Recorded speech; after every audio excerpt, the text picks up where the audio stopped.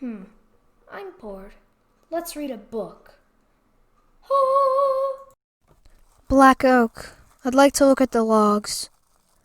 Brettel frowned again, but I couldn't help it. I needed to see the wood before it was shaped. We couldn't afford any wastage. He turned and headed toward the racks at the back of the brick-stacking warehouse. I followed, glancing around and noting how orderly Brettel kept his milled timbers and planks. Here you are, graded and sized down. These ones with the 2 red grease slashes are gold per log. The single reds are 5 silvers, the blues are 2 silvers, and the yellows are 1 silver. I'd figured it out already, how to use the heartwood for the spokes and braces, and the wood around the heart for the backing and the seat plates. Now all I had to do was find 4 logs that met the measurements. How much more if I ask for the cuts? Brettel shrugged. Nothing. If you stay, their normal straight runs through the straw. I began checking the blue logs, sensing them as well as looking, but only 2 were right. That meant I needed 2 reds. After a time I pointed. These 2 and this one. I'll give you the bigger one there for 5 silvers. I stared again, all too aware of my double sight as I studied the log Brettel had fingered. On the outside, it looked generous, but the heartwood was not old and hard and dense, even brittle, but soft and spongy. When you bought black oak, you were paying a premium for the heartwood. So dense it rarely decayed, and so tough that the best in edged steel was barely good enough to cut and shape it. That's not quite right, I told Brettel. It's fine, the millmaster insisted. It's not what Destrin needs. Either this one, I pointed to the smaller log to the right, or that one. Brettel raised his shoulders, obviously thinking I was crazy, turning down the larger prime log for the smaller ones. Then it's still 5 silvers each for the 2 single reds. That's what I'll need. Brettel didn't quite shake his head as he greased the stump end of the 4 trunks with Destrin's mark, a large D, with a half circle over the top of the letter. Who's paying? I'll take care of it. I had the coins in my belt. While Brettel was honest, he wasn't about to cut black oak on my word. I scrambled around to come up with the coins. He checked them with the cold iron, just out of habit. You want to do the cuts now? If you can. Things are slow today. With that wizard at the palace, people aren't working. They're all afraid to do anything. He trundled a work cart to the log pile, then unstrapped the log clamps. They were talking about some coach in the market. Antonin's, I'd bet. He's often here to meet with Gollard. Gollard? The prefect. Does that have to do with Kyphros? I wondered how I could help Brettel with the heavy log. Gollard wanted the sulfur springs back in the Little Eastthorns.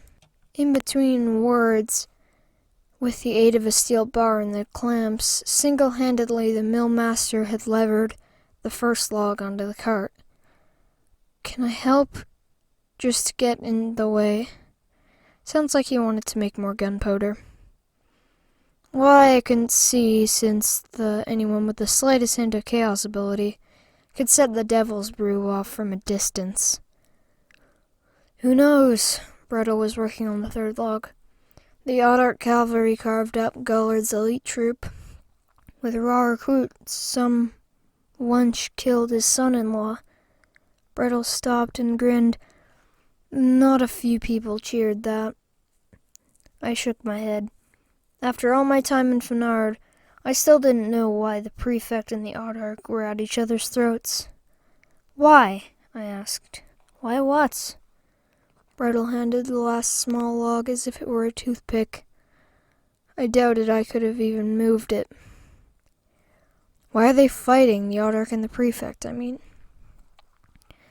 Brettel strapped the logs onto the cart before answering. Rumor has it that her mother was a wizard's daughter.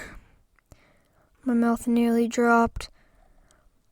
I had assumed the Autarch was a man, and the mother used her wiles to split off what used to be Gallus, south of the Little Eastthorns.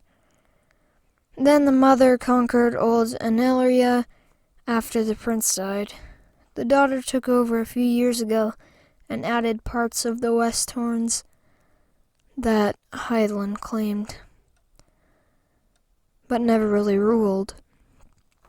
Gullard figured in his best guess that the daughter wasn't a wizard, so he tried to retake Kyphros.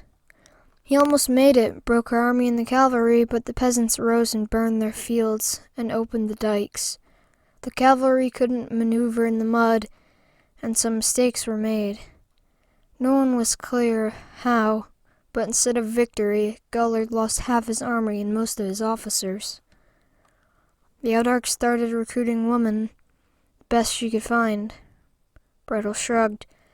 Now Gullard's troop usually loses, but the Autarch never enters his territory. By now we were approaching the Saw. The belts leading from the water wheel were motionless. What cuts? Taking the grease pencil, I outlined what I had in mind with each of the logs. Shouldn't have thought of that myself. Brettel pursed his lips. Need to set this up. I can make these and deliver the planks in those square sections late this afternoon. That'd be fine. I took the hint and walked back to where I had tied Gerlach, while Brettel began to set up the saw. Gerlach whinnied. All right. I patted him on the shoulder and pushed his nose away from my pockets, which were empty. Kyphros versus Gallus. Order versus chaos. Or was it that simple? Woman versus man? The more I found out, the less I knew. And I suspected I was far from the first man to realize that. Come on. I mounted my shaggy beast and flicked the reins. Come on. He whinnied again. All right, I said again. So we halted by the bottom of the mill race for him to get a drink of the cold water. And I even stopped by the granary and bought a small sack of feed for Gerlach. Thanks for watching. If you enjoyed this, please like, comment, and subscribe, and turn on notifications so you never miss out on any of my videos. See y'all in the next one. Goodbye!